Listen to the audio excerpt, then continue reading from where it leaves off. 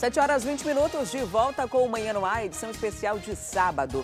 E a gente continua falando dos casos da área policial, porque a polícia capturou uma dupla com vários objetos furtados. Quem vai trazer os detalhes é a Jéssica Oliveira. Essa história aconteceu por volta das 5 horas da tarde de quinta-feira. Os policiais militares estavam fazendo patrulhamento lá no conjunto Castanheira, quando eles avistaram uma jovem pedindo ajuda. Ela teria sido assaltada por 2 criminosos, um casal, nas proximidades do bairro Grande Vitória, em um estabelecimento. Prontamente, os policiais iniciaram as buscas para encontrar esses criminosos. Agora a gente vai conversar com o tenente Valdo Gomes, ele que vai dar mais detalhes. Será que eles conseguiram encontrar esses dois suspeitos? Tenente, após essas buscas, vocês conseguiram? Como que foi toda essa abordagem? Foi encontrado esses 2 jovens? A equipe estava fazendo patrulhamento de rotina quando foi deparado com essa senhora pedindo apoio, que havia sido vítima de assalto, e informou o local onde teria ocorrido esse assalto. Então pediu detalhes de como as pessoas eram, os acusados, e pediu apoio de uma outra viatura para poder fazer as buscas com mais intensidade. Quando na Rua Lábrea, nas proximidades onde aconteceu o fato, as pessoas que já tinham conhecimento da ocorrência já haviam detido esse casal. A equipe chegou lá, juntamente com a vítima, e reconheceram os mesmos. E quando foi feita a abordagem deles, encontraram com ele uma bolsa com 4 celulares, talvez produto de furto. Frutos do roubo. E R$ 422 em espécie e um simulacro de arma de fogo. Gente, o suspeito, né, tenente, ele foi identificado por Anderson Guedes, de 39 anos, e a sua comparsa era uma menor, é isso, tenente? Com certeza, é uma menor de idade, 16 anos. Segundo informações, é a esposa do mesmo, que juntamente com ele praticam esses atos, como dizer assim, juntos, né? Muito obrigada, tenente. Todo esse material encontrado, né, com esse casal foram encaminhados ao 14º Distrito Integrado de Polícia para procedimentos legais. Em seguida, aí, provavelmente, o Anderson ele vai ser encaminhado para audiência de custódia à disposição da Justiça. E além dos casos da área policial, o programa de hoje vai trazer muita coisa bacana para você aproveitar esse fim de semana. Uma delas é a visitação aos navios da Marinha. A parada naval ocorre hoje e amanhã em comemoração ao aniversário do Batalhão do Riachuelo. E quem vai trazer as informações ao vivo para a gente é a Juliana Silva, que já está próxima ali do Rio, mais uma vez. Juliana, conta para a gente como é que vai ser essa programação, quem quiser conhecer os navios da Marinha, como que faz? Olá, Adriane, bom dia para você nesse sábado, né? Estreando o programa Manhã no Ar, também agora no fim de semana. Bom dia para você que está nos assistindo, é com muito carinho que a gente vem trazendo aqui as informações daquilo que você pode, então, experimentar com toda a sua família neste sábado. E a gente vai falar sobre a visitação dos navios da Marinha, aqueles navios assim de grande porte, onde os visitantes vão poder entrar neles, ser guiados ali pelos tenentes, pelos marinheiros. E são ali em base de 6 grandes navios que vão estar no cais do Rodway, aqui pertinho do porto de Manaus. A visitação vai começar a partir das 9 horas da manhã, vai até às 16 horas, tanto hoje quanto amanhã. E falando dessa batalha aí naval do Riachuelo, porque eles estão fazendo essa visitação por conta dessa data especial que é comemorada pela Marinha do Brasil todos os anos,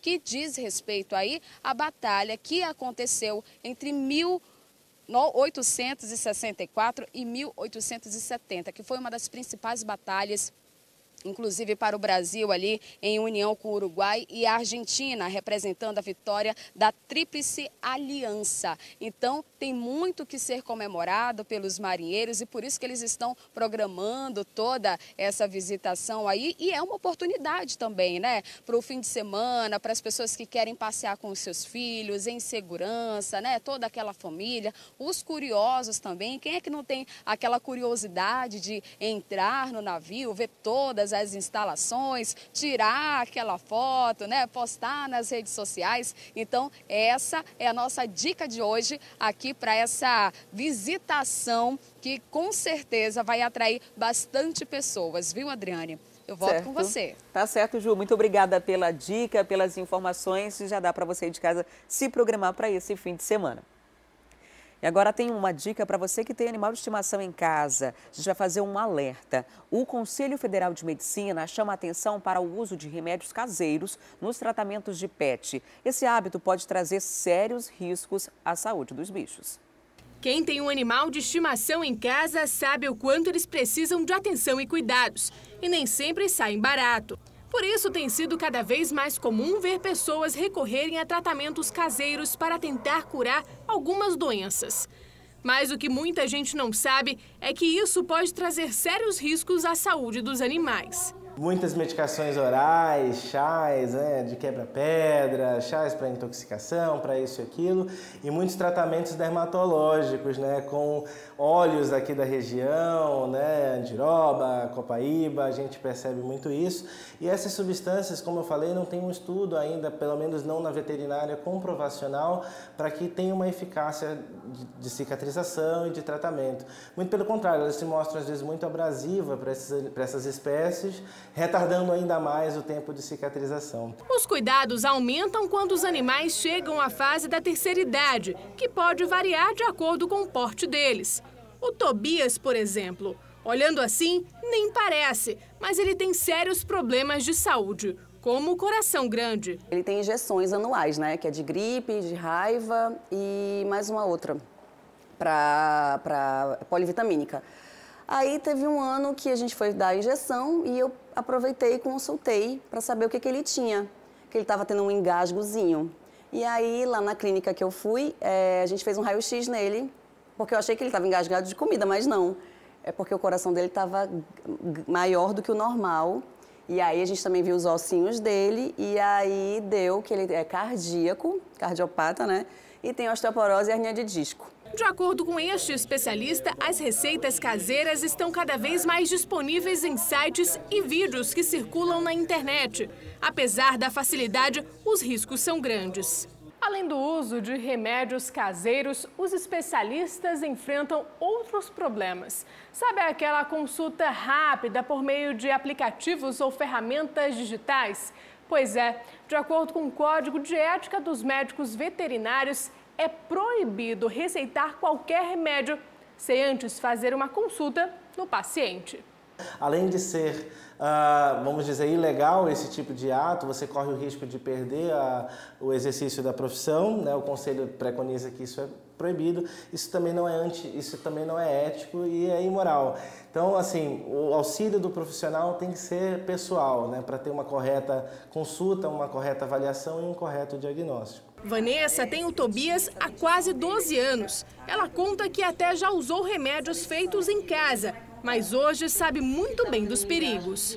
E às vezes ele acorda com um pouquinho daquela dorzinha de barriga, né? E aí, chá de casca de laranja a gente dá em gotas e ele fica ótimo.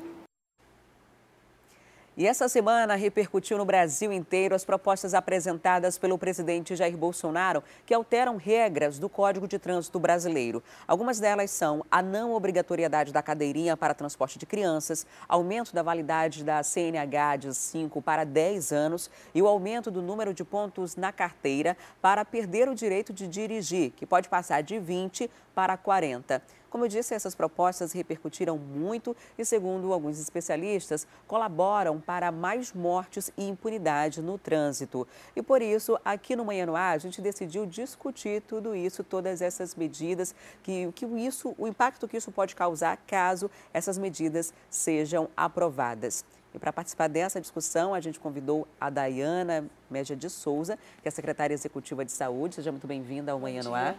Recebemos também o Ranieri Mendonça, que é especialista em trânsito. Muito bom dia. E o nosso convidado, que a partir de hoje vai fazer parte também do Manhã no Ar, entre esses e outros quadros, que é o Dante Graça, jornalista da Rede Caldeirada de Comunicação. Bom dia, Cleide. Bom dia a todos. Vamos começar com a nossa dama convidada de hoje para falar sobre os impactos disso na saúde, né? As medidas são, por enquanto, ainda propostas, então não tem nada de efetivo já. Porém, a gente já sabe que o Brasil é um dos países em que mais morrem pessoas no trânsito, morre mais do que em guerras. E além das pessoas que morrem, tem os gastos, por exemplo, de um seguro DPVAT, das pessoas que ficam lesionadas ou pessoas que precisam de uma cirurgia emergencial ou depois de uma cirurgia eletiva. A rede pública de saúde recebe muita demanda desse tipo, né? Sim, o Brasil é o 5º no ranking mundial. O estado do Amazonas hoje investe em torno de 50 milhões nesses procedimentos. Se nós formos analisar o impacto disso no contexto social, no contexto de inserção social desse paciente, nós escalonamos esse gasto e em torno de R$2.000 por cada paciente numa abordagem primária. Diante disso, cabe a reflexão de que esse impacto tira essa pessoa da sociedade. Então, nós precisamos não somente de uma abordagem crítica primária dentro do pronto-socorro, mas de todo um processo de reabilitação secundária, enfim. Então, hoje, contando os dados que nós temos de maio, nós já tivemos registros de mais de 9.900 casos de acidentes de trânsito no estado do Amazonas. De janeiro para maio? Sim. Quase 10 mil pessoas. Quase 10 mil pessoas. Dividido nos nossos 3 maiores pronto-socorros, escalonados em primeiro lugar, 28 de agosto, com em torno de 6.000 casos, Platão Araújo com 2.000 e alguma coisa, e o terceiro, João Lúcio. 50 milhões é a estimativa do estado de gasto com tratamento com essas pessoas. De toda a abordagem anual, né, que a gente fala, em torno de abordagem terapêutica primária, atenção na rede de urgência e emergência e todo o processo de reabilitação desse paciente. Para a Ranieri, que é especialista em trânsito, esses números já são muito grandes, impressionam, né, a quantidade de pessoas lesionadas e também de gasto público que você tem com acidente de trânsito. Caso essas medidas se tornem uma realidade, você acredita que isso deve piorar? Olha, é bom lembrar que nem você colocou aí, é um projeto de lei, estamos aguardando para ver se realmente ele vai ser aprovado. E aí ele está vindo, realmente, algumas coisas estão vindo em contramão do que nós trabalhamos, né? Eu, como representante do movimento Maio Amarelo no estado do Amazonas, trabalhamos campanhas educativas. E isso daí é um pouquinho complicado, porque quando você coloca na situação de aumentar a quantidade de pontuação de 20 para 40, você está autorizando o condutor infrator a cometer mais erros. Quando você coloca a questão da cadeirinha, não é nem que o projeto ele vai colocar que não seja mais obrigado a utilizar. Na verdade, vai só uma questão de não forçar. Desobrigar, né? Pronto. Porque o que vai acontecer? Hoje, infelizmente, nós não temos a cultura da segurança. Então, essa cultura da segurança é um pouquinho complicada de se falar. Muitos condutores, você vai ver que eles estão realizando, dirigindo de uma forma correta, não por questão do medo ou receio do que pode acontecer no final disso daí. Ou seja, não é evitar o acidente. Ele está preocupado principalmente de não pegar multa. Com o bolso. Ou seja, preocupado com o bolso e com a questão da redução da pontuação, né? Na verdade, porque entra a questão da suspensão. Mas quando você fala com motoristas profissionais, os motoristas profissionais eles têm a situação de que, quando chegar com 14 pontos, eles podem passar por um processo e aí, durante um ano, então eles não vão ter habilitação suspensa, que eles vão passar por um curso, e aí eles ainda vão se encaixar na questão dos 20 pontos, ou seja, 34 pontos. Só que isso não é discutido, não é colocado do jeito que realmente é. É uma coisa que eu sempre falo, o trânsito, ele não é discutido como realmente ele tem que ser. Ele não é. O trânsito ele é visto como está sendo visto durante o dia, na circulação em via pública, etc. A questão que nem a doutora falou, da quantidade de acidentes, isso já foi bem maior, principalmente no nosso estado. Então, de 2011, quando entrou a década de segurança viária, até hoje, houve uma redução grande, mas infelizmente não é o que nós realmente almejamos, que a ideia da ONU, a Organização Mundial da Saúde, é de que reduza em 50% o índice de acidente. Nós estamos finalizando a década de segurança viária e em todo o Brasil nós estamos em média de 17%. Ou seja, está muito longe de ser atingido o que realmente nós precisamos. O que me causa preocupação nesse ponto, Adriane, é justamente isso. Eu acho que o Brasil precisa, no fato de uma mudança cultural, né? A gente tem essa coisa de tentar evitar cumprir essas regras mais básicas E aí, quando você descumpre as mais básicas, é cultural você acabar descumprindo as outras. A gente veio nesse processo de evolução. Eu, quando era criança, não andava em cadeirinha, né? Não tinha várias atenções que hoje tem, não tinha radar, não tinha várias... A gente hoje já ficou anos e anos sem radar aqui nos trânsitos. Lá atrás a gente andava no porta-malas, né? A gente andava de qualquer jeito. Eu lembro que eu andava na carroceria do meu pai ali, tipo, sem preocupação nenhuma. E esse processo mudou. A gente veio ganhando mais segurança no trânsito. Mexer com esses pontos, além de não resolver nada das prioridades do país, de não resolver nada nem na questão do trânsito em si, acaba trazendo preocupação, acaba trazendo o medo de um retrocesso, acabar levando mais gastos para a própria questão da saúde, acabar causando mais mortes, acabar interrompendo um processo que vinha caminhando positivamente nessa mudança de comportamento brasileiro no trânsito. O governo federal, né, na verdade, na figura do presidente da República, né, que apresentou a proposta, inclusive essa proposta já tem o apoio do presidente da Câmara, que recebeu e vai dar andamento no processo lá no Congresso Nacional. Ele disse que a ideia é dar um voto de confiança ao povo brasileiro, para que com esse voto de confiança possa acontecer essa flexibilidade nas leis e que ainda assim o condutor vai se adaptar, vai ser legal, né? Estão flexibilizando para você e aí eu vou junto aceitar esse voto de confiança. Tipo quando a mãe tenta educar o filho, eu vou deixar você ir, mas se você não fizer isso, volta de novo. Mas a partir do momento que se torna uma lei, deixa de ter essa possibilidade, né? De no outro dia, viu que não deu certo, recuar. Olha, é muito complicado de falar nisso daí, nesse ponto, como eles estão colocando, porque um erro no trânsito ele pode ser fatal. E aí a lei você pode revogar, você pode alterar e etc. Mas a vida você não tem como trazer de volta. E o Código de Trânsito, ele passa por frequentes modificações. Para você ter ideia, nós já tivemos agora essa semana a 37ª modificação, que agora entrou a questão do drogômetro.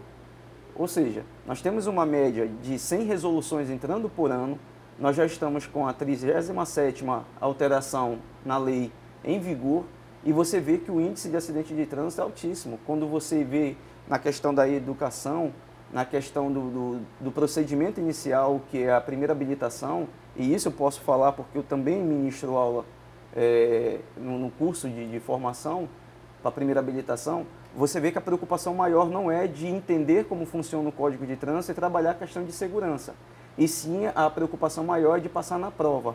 Então isso daí é um pouquinho complicado porque assim, muda isso daí, muda a lei, a pessoa acha que não, agora eu estou autorizado a fazer isso e automaticamente vai acontecer um acidente. Aconteceu um acidente e se for fatal, não tem como voltar atrás. Então é um pouquinho complicado. Nós precisamos trabalhar a questão de segurança, que no Brasil não é uma coisa que se trabalha. É tanto que nós ainda temos a cultura do tapete. Você vê que você tem um tapete no carro, aí a pessoa se preocupa de colocar um jornal, um papel embaixo do tapete, se preocupa de passar silicone nos pedais para deixar o pedal preto e coloca, às vezes, o jornal em cima do tapete para que não suje o tapete. Isso daí é um risco que muita gente não tem noção. Porque toda vez que você leva o pé na embreagem ou no freio, você empurra o tapete. E o tapete ele faz uma dobra e quando você tentar utilizar o pedal de segurança, que é o freio ou a embreagem, ele vai calçar. Tenho certeza que muita gente em casa está refletindo sobre essa declaração específica. A gente foi às ruas também saber o que a população achou dessas possibilidades de mudança no Código de Trânsito Brasileiro. Vamos conferir. Olha, de início eu até concordei para algumas partes, mas discordei logo depois. A pontuação, porque isso vai dar limite para os motoristas dirigirem bem mais rápidos. Também tem tirando radares da estrada também, né? E acaba que o excesso de velocidade vai aumentar muito mais. Os condutores, né, precisam se conscientizar mais. E eu acho que é por aí mesmo que vai dar certo. Sua opinião pode melhorar? Pode sim, bastante. Tá? Obrigada. Vai ser mais perigoso, né? Muito mais perigoso. Se o Bolsonaro aprovar a lei, que é igual nos Estados Unidos, que a partir dos 16 anos tira a carteira, só que assim, tirou a carteira, se errou alguma vez, perde a carteira e nunca mais dirige. Isso aí é uma coisa muito boa. Eu acho que vai dar uma agilizada no processo. Hoje em dia é muito burocrático para você fazer essas coisas. Às vezes você não consegue ir naquele horário que você agendou, que você marcou. E você podendo fazer em qualquer lugar é muito mais prático, né? E eu acho que o prazo de 10 anos é muito bom, porque, tipo, querendo ou não, tipo, você tem que ir lá toda a vida, tem que tirar outra foto e não sei o quê. Mesmo sendo digital agora, eu acho que vai facilitar para a pessoa, né? Que está tirando a CNH ou que está renovando. Eu acho que foi bem mais prático. Eu acho que o trânsito vai ficar mais como está, mais perigoso, porque já está, né, perigoso. Eu acho assim que vai ficar mais ainda, mais do que já está. A gente percebe que as opiniões são divergentes e algumas opiniões demonstram até um certo desconhecimento do que está previsto dentro desse projeto, né? Porque o que é muito comum, vocês ouvem uma coisa, depois ouvem a outra, como são várias propostas dentro de uma só, algumas coisas são flexibilizadas, outras não, algumas pessoas concordam, principalmente com essa questão de prorrogação da carteira de 5 para 10 anos, né, de validade, já discordam de outras partes. Queria falar de uma coisa específica, que é a questão da cadeirinha. Quando se cria uma lei, quando se estabelece algo desse tipo, geralmente se estipula algo pensando na segurança, foi feito um estudo, inclusive quando passa a se tornar uma lei, geralmente a gente é submetido aos testes que foram realizados, mostrando a criança sendo projetada, entre outras coisas, e os dados estatísticos desse número de acidentes. Agora, tem essa possibilidade de não obrigatoriedade da cadeirinha. Queria falar com a secretária de Saúde.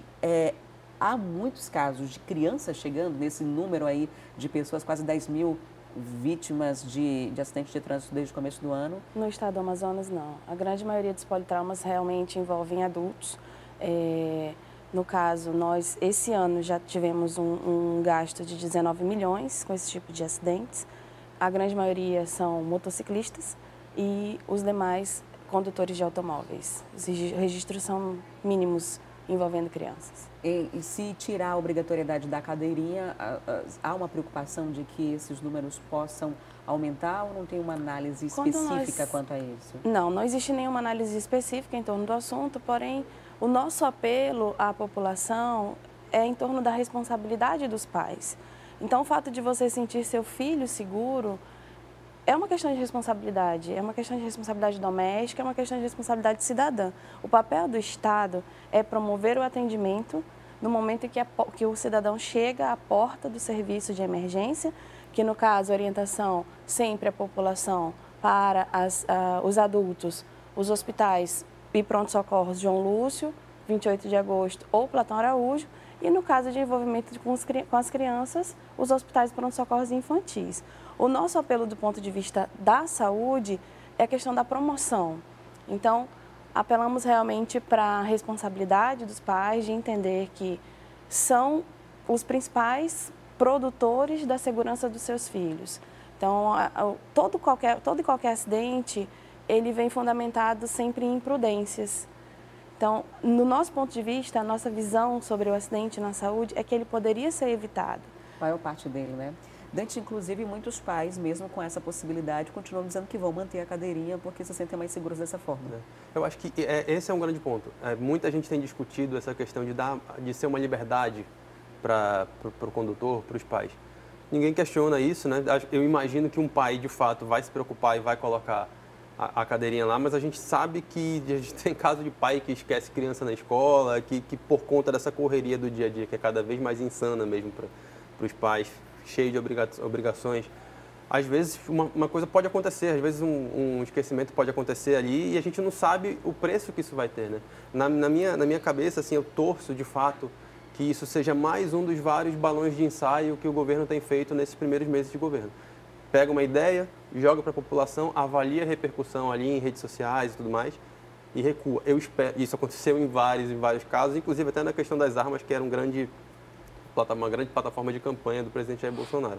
Eu espero que nesse caso específico aconteça isso de novo, porque eu imagino que os pais vão de fato se preocupar com a cadeirinha, mas a gente sabe que tem pais que dirigem carros em péssimas condições, a gente sabe que na hora de pesar um orçamento complicado, a cadeirinha pode acabar ficando, não, eu seguro ele, alguém segura. E nessas coisas a gente não sabe o risco que a gente está colocando, não só quem está ali com a gente, mas as outras pessoas, né? O trânsito, você nunca se penaliza sozinho, né?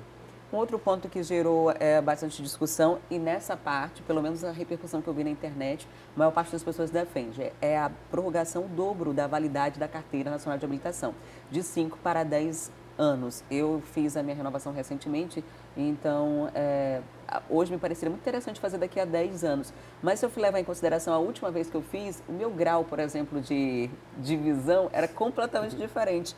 Eu não enxergava muito bem e agora já preciso de um recurso de óculos ou de lentes. Inclusive estou de lentes agora.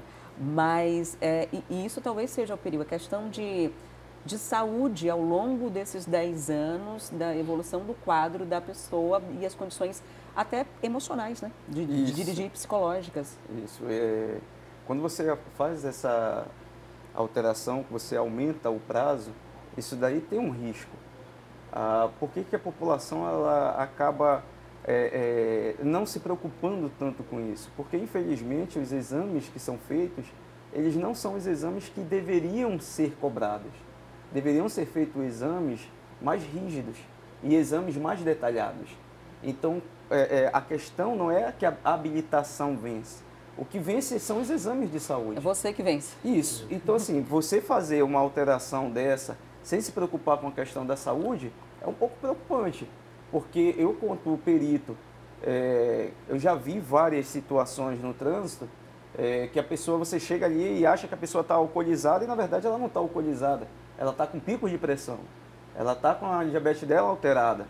E aí muita gente, até a própria população, acha que a pessoa está ali alcoolizada. E às vezes querem agredir. E não é isso.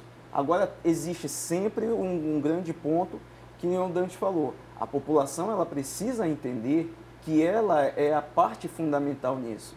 Eu não preciso estar apanhando para fazer a coisa de forma correta. Eu preciso entender a questão de segurança, aonde aquilo dali vai impactar na questão de segurança e fazer a coisa de forma correta. Agora, essa questão ainda é relacionada à saúde, né, de trazer essa discussão, leva em xeque várias outras coisas que estão inclusas dentro dessa proposta. E uma coisa que agradou bastante gente, por exemplo, é que agora você pode fazer esse exame, né, se for aprovado, fora da rede credenciada dos departamentos de trânsito do Estado. Por exemplo, uma pessoa que tem um plano de saúde pode fazer os exames sem precisar pagar diretamente, né, já que já paga, por exemplo, um plano de saúde. Eu acredito que seja um processo de desburocratização, né? E a amplitude da oferta, infelizmente, quando você localiza ou centraliza em um só ponto a questão da assistência, o usuário se sente prejudicado.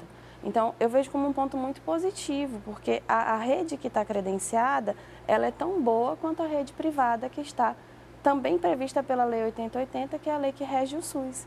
Então, nós não podemos também desacreditar as demais clínicas que possam oferecer esse serviço, dentro do que é legalidade. Isso tem que também ser considerado. Então, porque infelizmente, a gente sabe que nem sempre as coisas são feitas assim. Mas, mais uma vez, o apelo à responsabilidade cidadã. Eu queria agradecer a participação dos especialistas aqui, da representante da Secretaria de Saúde, também do especialista de trânsito, Ranieri, nessa discussão, e também do Dante. Dante, essa aqui é uma discussão que a gente ainda vai ter outras vezes, né? Porque ainda está tudo no campo das propostas. Sim, ainda vai se ver bastante aqui para discutir esses temas. E na semana que vem o Dante Graça vai estar com a gente aqui também no Manhã no Ar. Muito obrigada pela visita na estreia do nosso quadro, que é esse debate da semana, que nós teremos todos os sábados. Muito obrigada. Obrigado, estou sempre à disposição para falar sobre a questão do trânsito. Obrigada, Dante. Obrigada, estamos sempre à disposição para as informações em saúde. E a gente faz agora um intervalo e você vai ver no próximo bloco que o arraial mais famoso da cidade, lá do CSU do Parque 10, já começou. São 30 dias de festa. E ainda tem a estreia do Café no Ar. E você vai conhecer um pouco mais da história do apresentador do programa Alô Amazonas, Mário César Filho. Na televisão a gente vê muito dedo no play. Dedo no play, vai! O Vem, Lente Nervosa.